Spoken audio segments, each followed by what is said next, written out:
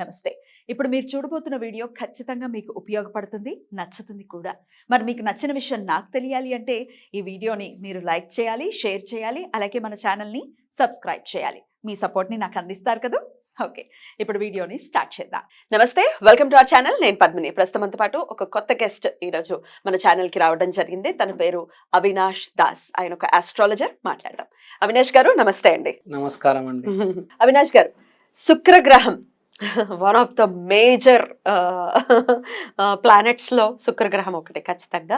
దైత్య గురువు అంటే గురువే, అందులో ఎటువంటి సందేహం లేదు. అయితే వీనస్ అనే గ్రహం ఏదైతే ఉందో చాలా ఇంపార్టెంట్ రోల్ని ప్లే చేస్తుంది. కాబట్టి ఇప్పుడున్నటువంటి ఈ కలియుగంలో మరీను, ఎందుకంటే మనకు అన్ని లగ్జరీస్ కావాలి, బోల్డన్ని సుఖాలు కావాలి, సౌఖ్యాలు కావాలి, సంతోషాలు కావాలి. వాటన్నిటికీ care of address Venus definitely. So వీనస్ని ఆస్ట్రాలజీ ఎలా చూస్తుంది? మీ సబ్జెక్ట్ ప్రకారం వీనస్ని ఎలా చూస్తారు? ఒకవేళ శుక్రుడు మన జాతకంలో యోగించినటువంటి పరిస్థితుల్లో ఉంటే ఆయనని కరెక్ట్ చేసుకోవటం ఎట్లా? అంటే ఆయనను కరెక్ట్ చేసుకోవటం, మనల్ని కరెక్ట్ చేసుకుంటే ఆయన కరెక్ట్ అవుతారు ఎండ్ ఆఫ్ ది డే. ఎట్లా అసలు ఏం చేయాల్సి ఉంటుంది? శుక్రుడు అంటే ప్రేమ, అందం, డివోషన్, బ్యాలెన్స్. ఎన్నున్నాయో ఇంకా ఎన్నో ఉన్నాయి.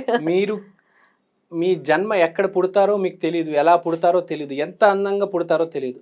శుక్రుడు అందంగా ఉంటే మనిషి చాలా అందంగా పుడతారు.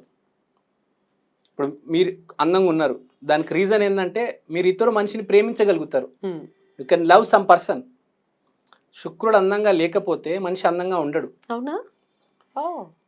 If a person is beautiful, he has the power to love. Respect వేరు, ప్రేమ వేరు. రెస్పెక్ట్ అనేది ఒక స్థాయి వరకు. లవ్ కోసం మనిషి ఏమైనా చేస్తాడు. అందుకని అంత గొప్పది శుక్రుడు. లక్షల కోట్లు ఇచ్చేస్తాడు. అవునా? లక్షల కోట్లు ఊరికే ఇచ్చేస్తాడు మీరు సరిగ్గా ప్రేమించగలిగితే. మీరు చేసే వ్యాపారాన్ని కావచ్చు, మీరు చేసే జాబ్ని కావచ్చు, ప్రేమించాలి. దానికోసం ప్రాణాలు ఇవ్వడానికన్నా సిద్ధం అవుతారు. మనిషి ప్రేమిస్తే ప్రాణాలు కూడా ఇచ్చేస్తాడు. సో శుక్రుడు ప్రేమిస్తే లొంగుతాడు. శుక్రుడు అంటేనే ప్రేమ. దైత్య గురు. మనము అమృత మంథనం జరిగేటప్పుడు దేవుళ్ళందరికీ చాలా వచ్చాయి, శుక్రుడికి ఏం రాలేదు. దైత్య గురు, దానవులు అందరు దానవులు, గురు దైత్య గురు, వాళ్ళకి ఏం రాలేదు. వాళ్ళకి దేవుడు డబ్బులు ఇచ్చేసాడు. అవునా? ఎస్. వీళ్ళందరికీ గౌరవం ఇచ్చాడు, మర్యాద ఇచ్చాడు, చదువు ఇచ్చాడు. వీళ్ళకి ఏం లేదు. నువ్వు ప్రేమించడానికి నేను డబ్బులు ఇచ్చేస్తానంటాడు దేవుడు. సో మీరు ఏం చేయనక్కర్లేదు. డివోషన్ ఉంటే చాలు. మీరు దేన్నైనా ప్రేమించండి, ఒక మనిషిని ప్రేమించండి. ఇప్పుడు మీరు జనరల్గా చూస్తూ ఉంటారు, ఏమీ చేయడు, ఒక అమ్మాయిని ప్రేమిస్తాడు, ఆ అమ్మాయి పేరు మీద 100 కోట్లు ఉంటుంది. శుక్రుడు ప్రేమ అంత ఘాటుగా ఉంటుంది. సిమిలర్లీ మీరు దేన్నైనా ప్రేమించవచ్చు. జంతువుల్ని ప్రేమించవచ్చు, పక్షుల్ని ప్రేమించవచ్చు, నీళ్ళని ప్రేమించవచ్చు, చెట్లను ప్రేమించవచ్చు. ప్రేమ, డివోషన్. ఇంకా మీకు డెప్త్లో చెప్పాలంటే, ఒక శుక్రుడు అంటే ఒక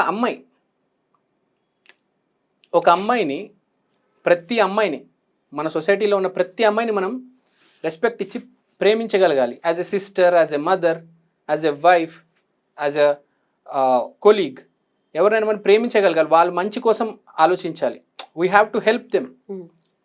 ఇంకోటి, ఇప్పుడు శుక్రుడు అంటే మన బాడీలో కిడ్నీస్ పని ఏంటి? బయట తీసేయడం, క్లెన్స్ చేయడం. ఇప్పుడు మీరు శుక్రుడు అంటే బట్టలు కూడా శుక్రుడు కింద వస్తుంది. మీరు షాప్కి వెళ్తే చూడండి, ఒక్క డ్రెస్తో ఎవరు సంతృప్తి పొందరు. 2, 3, 4, 5, 10 డ్రెస్సులు ట్రై చేసిన తర్వాత ఎప్పుడో నచ్చుతుంది. శుక్రుడు అంటే సో క్లెన్సింగ్ అనమాట. In a way it will also cleanse you. And శుక్రుడు ఈజ్ ఆల్సో కాల్డ్ అస్ మృత సంజీవని. ఆ విద్య ఆయన దగ్గరే ఉంది. సో డాక్టర్స్ అందరికీ మ్యాక్సిమం శుక్రుడు 6వ ఇంట్లో ఉంటాడు.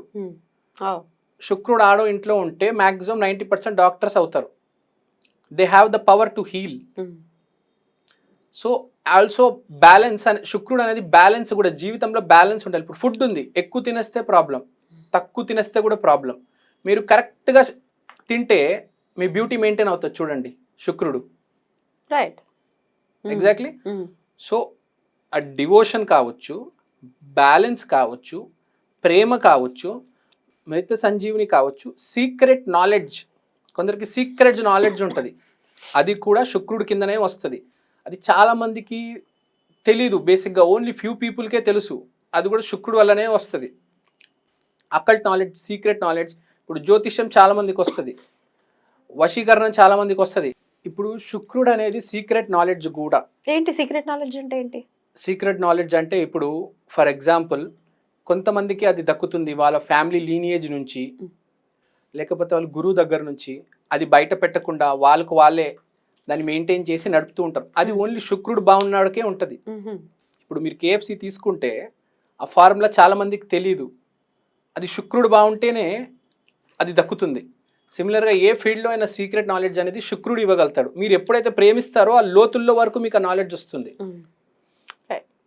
శుక్రుడికి లక్ష్మీదేవి అధిపతి, ఆదిదేవత.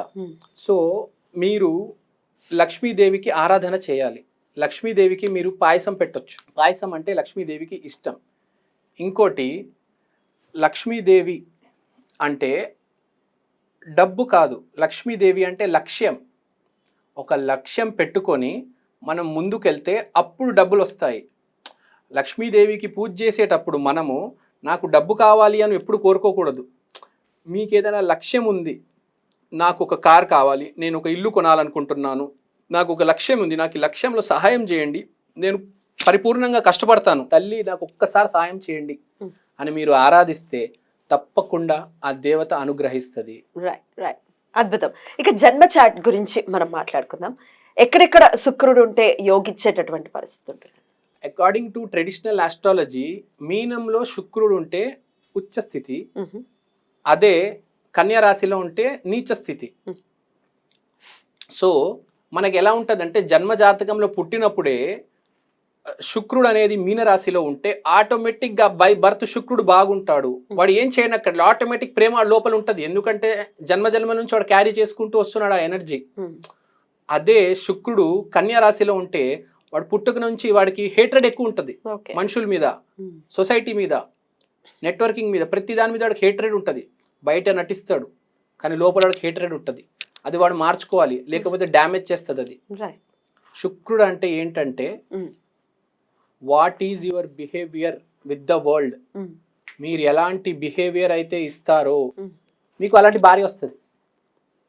మీరు ఎంత కమర్షియల్గా ఉంటారో ప్రపంచంతో, మీ భార్య మీకు అంత కమర్షియల్గా ఉంటుంది. మీరు ప్రపంచాన్ని ఎంత ప్రేమిస్తారో మీ భార్య మిమ్మల్ని అంత ప్రేమిస్తుంది. వైఫ్ డెఫినిషనే అది. What is your behaviour with the world. మన జాతక చక్రంలో మొదటి ఇల్లు మనము, 7వ ఇల్లు ప్రపంచం, ఎదురోళ్ళు. అదే 7వ ఇల్లు భార్య కూడా. సో మీ బిహేవియర్ ఎలా ఉంటుందో మీ భార్య కూడా అలానే ఉంటుంది. మీరు ప్రపంచంతో నటిస్తే మీ భార్య కూడా మీతో నటిస్తుంది. మీరు ప్రపంచంతో అందరిని ప్రేమిస్తే మీ భార్య కూడా మిమ్మల్ని ప్రేమిస్తుంది. Your wife is an extension of your behaviour. She is not a separate entity. ఇంకోటి, భార్య అనేది మీరు ఎంచుకోరు, దైవ నిర్ణయం అది. Marriages are made in heaven. మీ బిహేవియర్ మారితే మీకు వచ్చే భార్య కూడా మారిపోతుంది ఈ జన్మలో. If your behaviour changes, a good wife will come. If you keep the same behaviour, you will get a wife which will harass you. కానీ మేము చాలా ఇప్పుడు మనం చూస్తున్నాం, డివోర్స్లు అవ్వటం అనేది సర్వసాధారణం అయిపోయింది. ఏ చిన్న ఈగో క్లాషెస్ వచ్చినా ఓకే ఇట్స్ ఓవర్ నౌ అనటం అనేది చాలా ఫ్యాషన్ అయిపోయింది అని అనొచ్చు. మరి మేము పర్ఫెక్ట్గానే ఉన్నామండి, మాకు వచ్చినటువంటి భార్య ఆమె, నేను కొన్ని కేసెస్లో కాల్స్ కూడా చూసాం, మమ్మల్ని చీట్ చేశారు, ఆల్రెడీ పెళ్ళైపోయిన అమ్మాయితోటి మాకు పెళ్లి చేశారు, లేకపోతే అమ్మాయి డబ్బు చూసి వచ్చింది, ఇట్లా రకరకాల కారణాల చేత విడిపోయామని అంటున్నారు. దీన్ని ప్రారంభం కింద చూస్తారా? ఒకవేళ అబ్బాయి బాగానే కరెక్ట్గానే ఉన్నాడు అయినప్పటికీ ఇట్లా జరిగిందంటే ఎట్లా చూస్తారు? ఇది ఒక టెస్ట్ అండి. ఒకటి, పూర్వజన్మ ప్రారంధం ఉంటుంది, ఈసారి నువ్వు ఎంత తట్టుకోగలుగుతావు అని ఉంటుంది. Institution, marriage is an institution. నువ్వు దానికి ఎంత రెస్పెక్ట్ ఇస్తావు, దానికి ఎంత హోల్డ్ చేసుకోగలుగుతావు అని దేవుడు చూస్తాడు, నీ పేషెన్స్ టెస్ట్ చేస్తాడు. నీకు 2వ మ్యారేజ్ సక్సెస్ ఉంటుంది, కానీ దేవుడు టెస్ట్ చేసేది నీ ఫస్ట్ మ్యారేజ్ వరకు నువ్వు ఎంత హోల్డ్ చేస్తున్నావు అని. అది ఎలా అయినా విడిపోతారు, నాకు తెలుసు. అది పాపం, చేసిన పాపం వచ్చి అటాక్ చేస్తుంది కాబట్టి వేధిస్తుంది. కానీ దాన్ని చాలా సైలెంట్గా, చాలా కూల్గా, హ్యాపీగా ఎండ్ చేయాలి. దాన్ని కోర్టులో కేసులు వేసి, గొడవలు పెట్టేసి, నానా రభస చేసి, సొసైటీలో మొత్తం పాడు చేయకూడదు, దాన్ని కూల్గా ఎండ్ చేయాలి, రెండో మ్యారేజ్కి వెళ్ళాలి. మీరు ఫస్ట్ మ్యారేజ్ కూల్గా ఎండ్ చేస్తేనే సెకండ్ మ్యారేజ్ బాగుంటుంది. So this is a culmination of పూర్వజన్మ, ప్రారబ్ధ అండ్ ప్రెసెంట్ జన్మ. మీ పాస్టే మీ ఫ్యూచర్ డిసైడ్ చేస్తుందండి. మీ past plus present is equal to future. కాబట్టి మీ చేతిలో ప్రెసెంట్ ఉంది కాబట్టి ప్రెసెంట్ ని బాగా హ్యాండిల్ చేయండి.